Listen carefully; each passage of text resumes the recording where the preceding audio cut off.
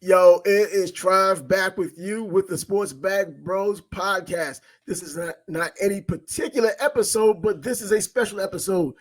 SEC Media Day has just concluded just last week, so we're going to wrap that up and look forward to the future of the SEC, not only because of teams that are going to be added on after this season, but what's going to happen this upcoming season as the two-time defending champs, the Georgia Bulldogs, are going to be up against it.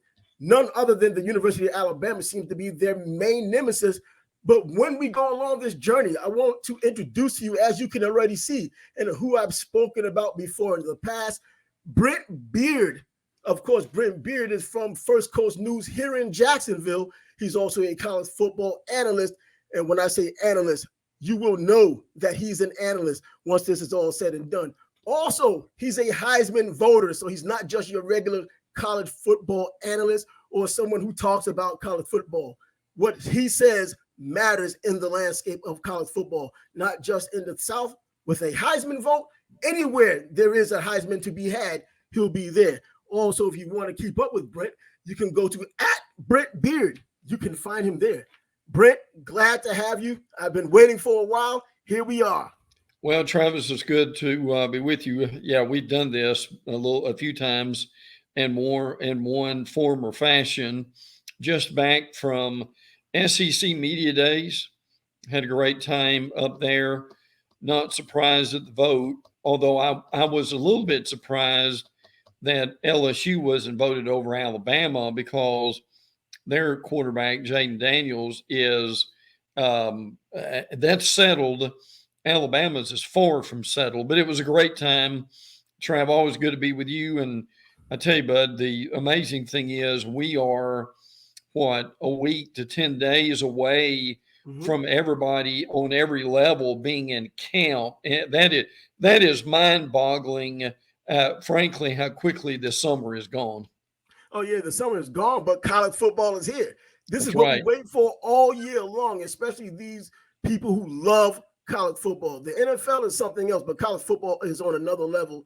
And with so many things added to college football over the past couple of years, whether it's the transfer portal or whether it's just the NIL, I mean, there's excitement to be had because teams that weren't necessarily that great can become great overnight.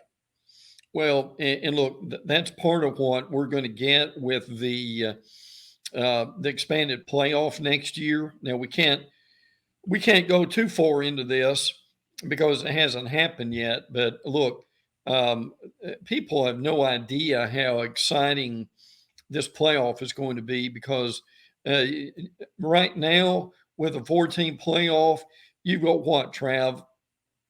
8, 9 teams that realistically that could get in there.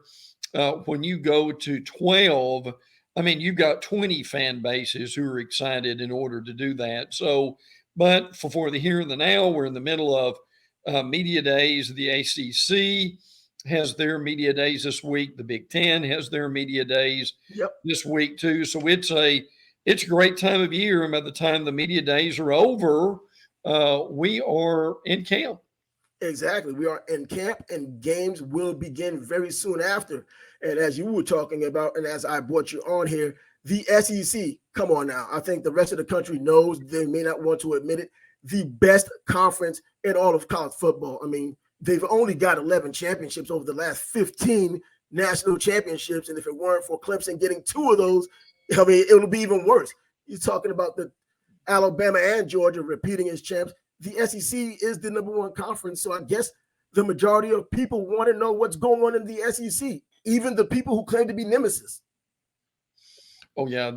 Everybody wants to take a peek at the SEC. And I mean, look, now this is not happening this year.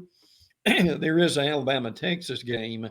But the reality is, man, the games you got next year are just absolutely unbelievable. You got Georgia, Clemson, in Atlanta to start the year. You've got Miami playing Florida to start the year next year. You've got LSU and Southern Cal in Las Vegas. Maybe you and I need to get some credentials and find a way to cover that one. But and then obviously OU and Texas join the league. That's going to be unbelievable to say the least. So all eyes. And look, it's because the best coaches, the best Yep. players, the best facilities, and frankly, the best fans are in the SEC. And that has not stopped, Travis. I would argue it's even grown over the last few years with certainly no end in sight. No, and exactly with Oklahoma and Texas joining next season, I mean, it's only going to get better. Probably works for people who aren't in the SEC. But from July 17th to July 20th was SEC Media Day at the Grand Hyatt Hotel in Nashville, not Atlanta, not Hoover, Alabama. They settled in Nashville. That's where Vanderbilt is. That's probably the reason why some sketchy people decided to say Vanderbilt may win the SEC and even the national championship. Give us some insight on that, if it's nonsense or not. If people haven't heard this by now, there were 8 voters who actually voted that Vanderbilt will win the Eastern Division. Now, look, there's no way in the world that's going to happen. And I don't know what the SEC does about that. Maybe if they ask people to put their name on their vote, that may cut some of that out. But I mean, that's just nonsense. Now, we'll give Clark Lee some credit, the coach. Could you argue, Travis? They were a bit better last year. Oh, they were. Now look, if they could get around 500, 5, 7, 6, and 6 somehow, I mean, they'd build a statue of him outside the stadium in Nashville. But we all know that Vanderbilt's just not ready to be able to do that. But I will say this: you've got a team like Florida that's picked 5th in the East, and you've got above them as Kentucky and South Carolina. Travis, to me, those 3 teams are basically the same thing. It is true. So, I mean, I've told people, and obviously living in the Jacksonville, Florida area, there are a lot of Gator fans here. I mean, if Florida could win, they've got about 3 50-50 games. Arkansas, Kentucky, and also Missouri. If they can win those 2 out of 3 of those games, much less running the table, they could go from 5th to 3rd. Also, depending on what they do against South Carolina. So I think the point with this is that's the wonderful thing about the league. People argue about the league being top heavy. Travis, to me, the strength of the SEC, could we say, is in the middle of the league, where almost anybody, A&M, Arkansas, Mississippi State, the West, the teams we just mentioned in the East, you never really know where this thing's going to end up in the middle of the pack. I think that's what makes this league so strong.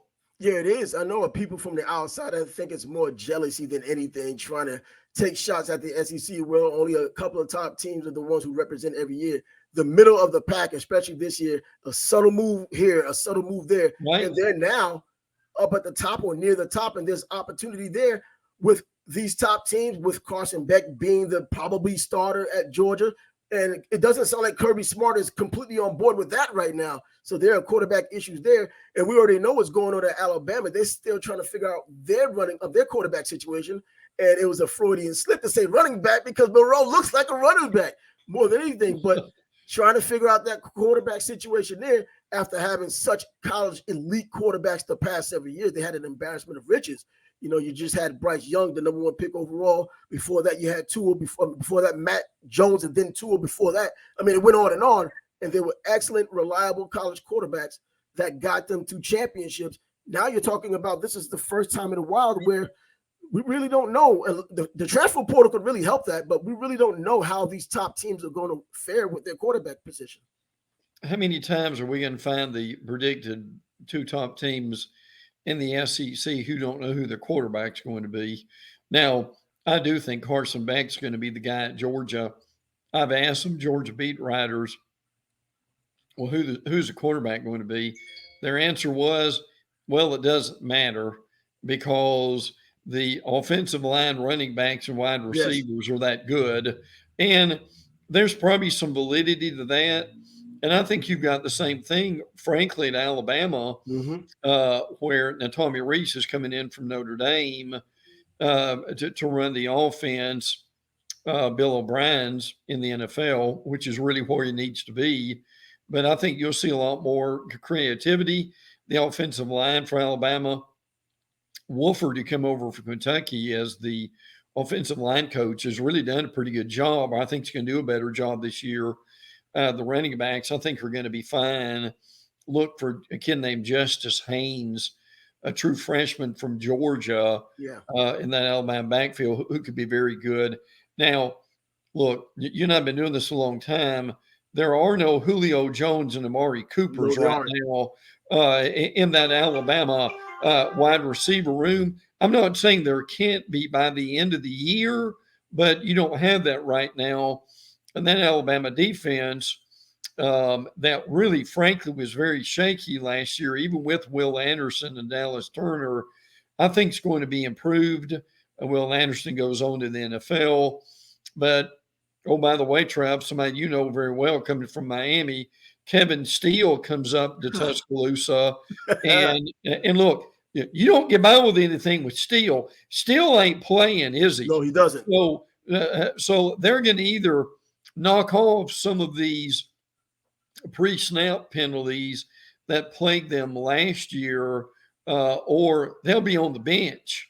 So that's kind of what you've got. Big game with Texas coming up. Yeah. But to your point, very unusual that you've got your two top teams, arguably in the SEC, who still are not centered on their quarterback.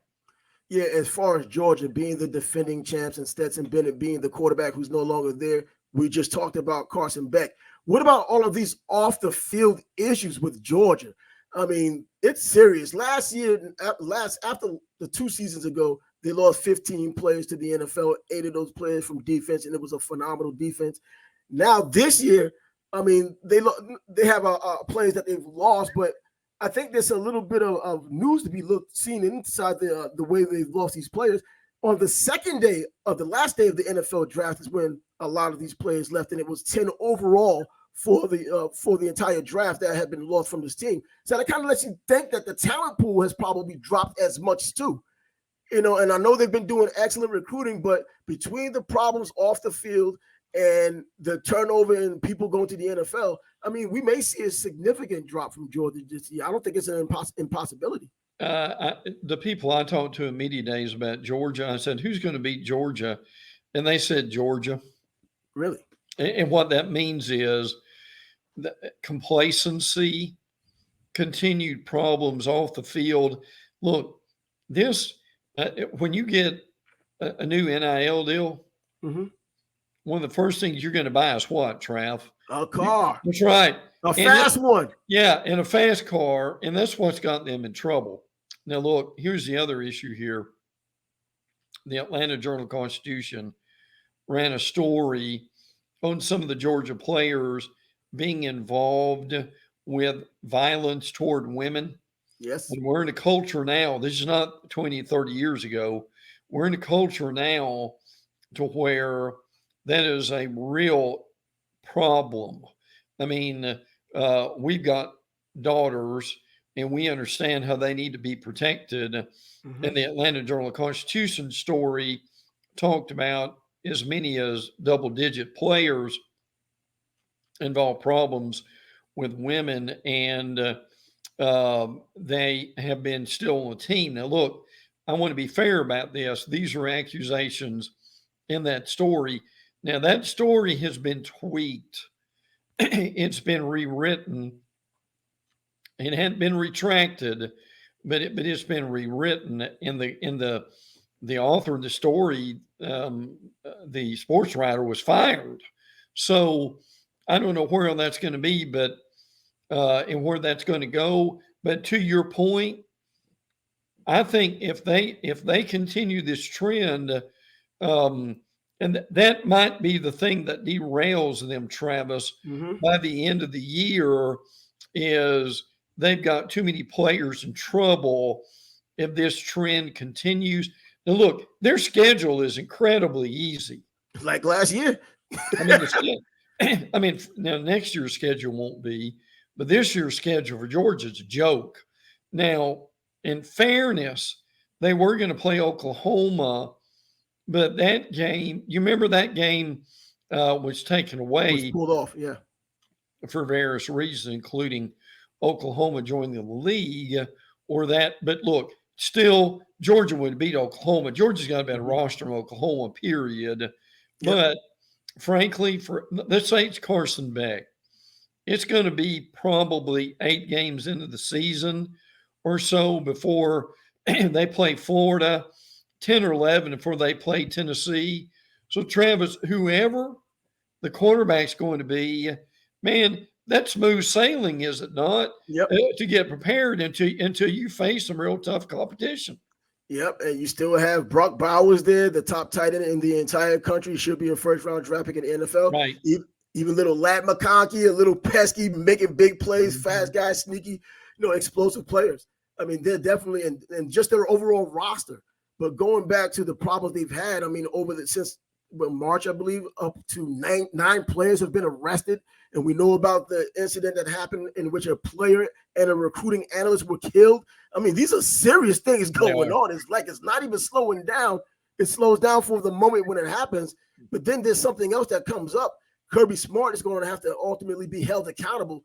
We're seeing even places like Northwestern with Pat Fitzgerald, things going awry. A little bit different, but still dangerous when someone has already died. Oh, yeah, no doubt about it. And Kirby is aware of that. He really wasn't even asked much about it at media days, which shocked me, frankly. But look, on the field, Georgia has their returning talent. They have got the coaching staff. They're going to be very good. Mike Bobo deserves a mention, the new OC. Mm-hmm. Now, you and I were doing radio together when Bobo was there years ago. And listen, I know this because I lived it on the radio every day. They wanted to run Bobo out of town on a rail.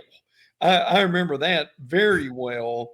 So they welcomed him back. Now, look, in fairness to Bobo, you remember he got a head coaching job at Colorado State. Did an okay job there. He's been around a little bit, knows the Georgia program. I think he'll be fine because their offensive line is so good. That's going to help them. I know they had some losses, but they restocked rather quickly. So this is still going to be a really good football team. I don't think there's any doubt about it. They've got an early game with South Carolina they might need to be a little careful about, but they're still much better in South Carolina overall. So, again, Georgia's biggest enemy this year, Trav, I think is Georgia. Yeah, okay. And I think that there are people who are voting and saying that is the case as well, but they're going to stick with Georgia and on their side because let's talk about the vote. How did it turn out? You have, I guess Georgia was picked. We're going to completely eliminate what happened in Vanderbilt and for Vanderbilt. But Georgia, Alabama, usual suspects. Yes. LSU, do you really trust LSU even with their quarterback situation? Because in my opinion, the eyeball test, even without all of the experience, Garrett Nussmeier may cause some problems with LSU moving forward throughout the season.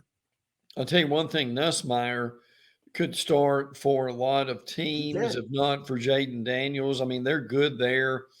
If they can ever get John Emery on the field at running back, I think that's going to make a difference. He's had some academic issues. My goodness, Trav, how good is Harold Perkins? Great, Scott. It is amazing thing about that. Frankly, Mason Smith back on the defensive line. They've always got players at LSU. But to your point, I mean, they had big wins, certainly the win in Tuscaloosa, but they got off the tracks, didn't they, toward the end of the season and still lost multiple games.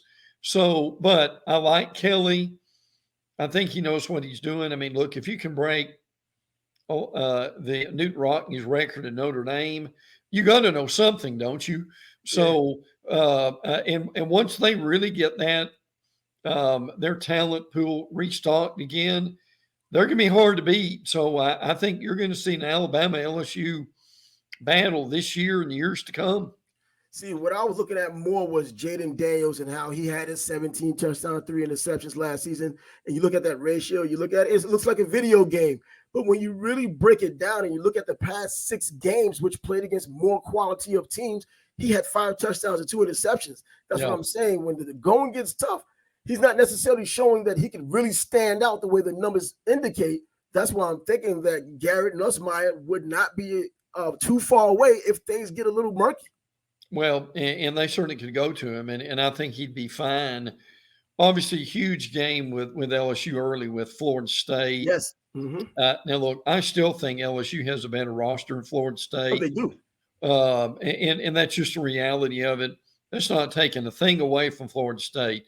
Florida State, Mike Norvell has done a really good job with them. But look, and for Florida State people listening, that LSU game is not their big game. Their big game's coming in September with Clemson. So do you ever remember FSU having a bigger September than what they've got this year? No, not recent memory. No, with LSU and Clemson on the docket. So and look, LSU will be out for revenge if they're healthy. I think it's still going to be a tremendous ball game.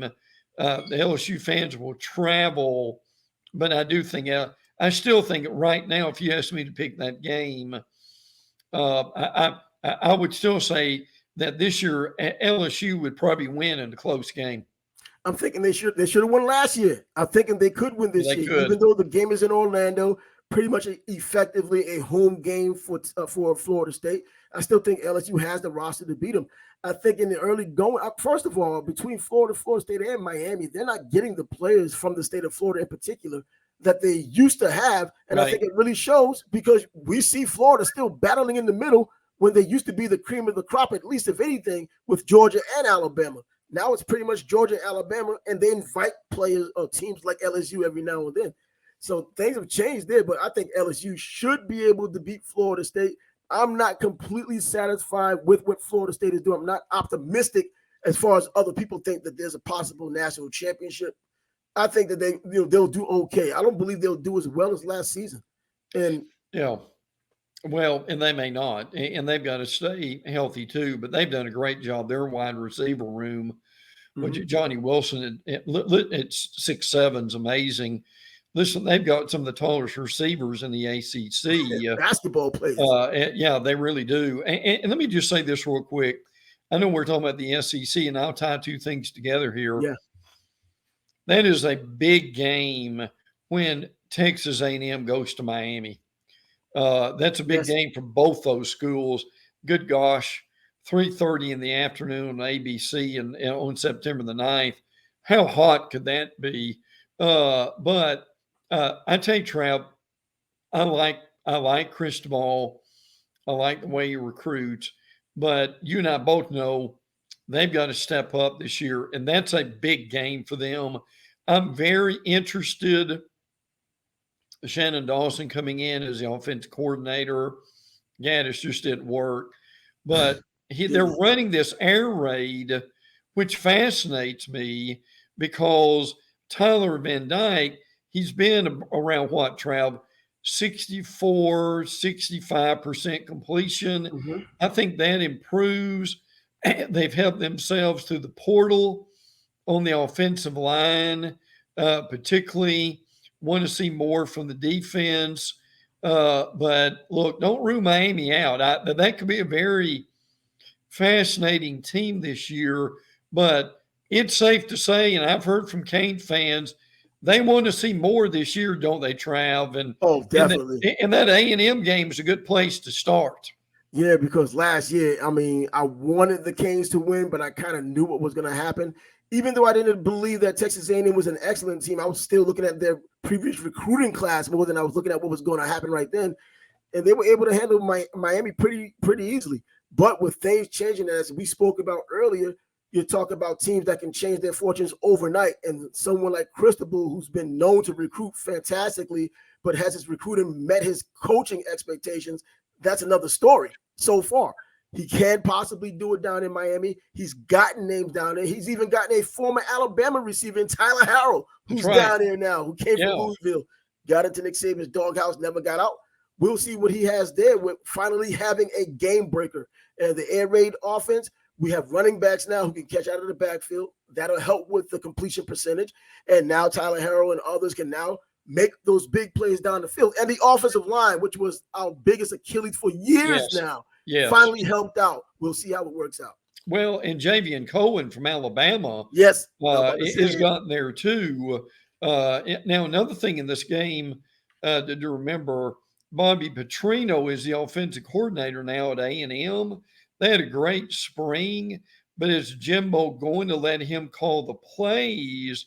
I think is what's going to be important with that one. And Trav, what we also need to remember, the SEC will do this next year, but the ACC has done away with divisions. So you're not going to have the divisions anymore. So you could certainly see a rematch in this situation too, maybe Clemson, Florida State. But anyway, we will we'll get into a lot of things. I know we're short on time, but man, everything we've talked about here, it's just fascinating that they're about to start camp and answer some of these questions that we've talked about during their podcast. Yes. Jimbo Fisher, final question.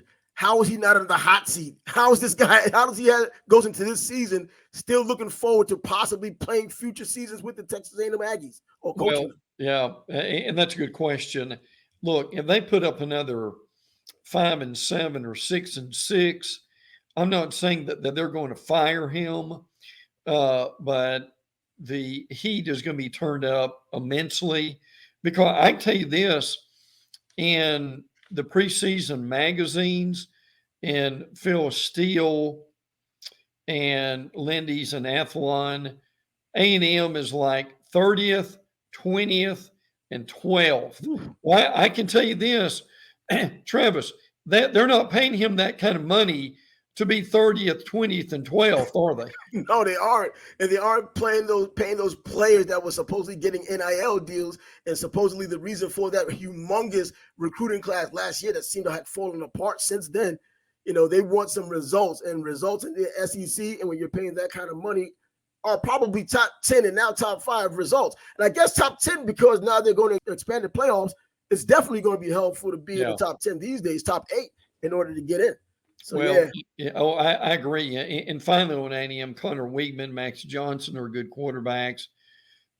Listen, their wide receiver room, if people haven't seen this, they need to look that up. Moose Muhammad, for instance, they may have the best wide receiver room in the ACC, if not the nation.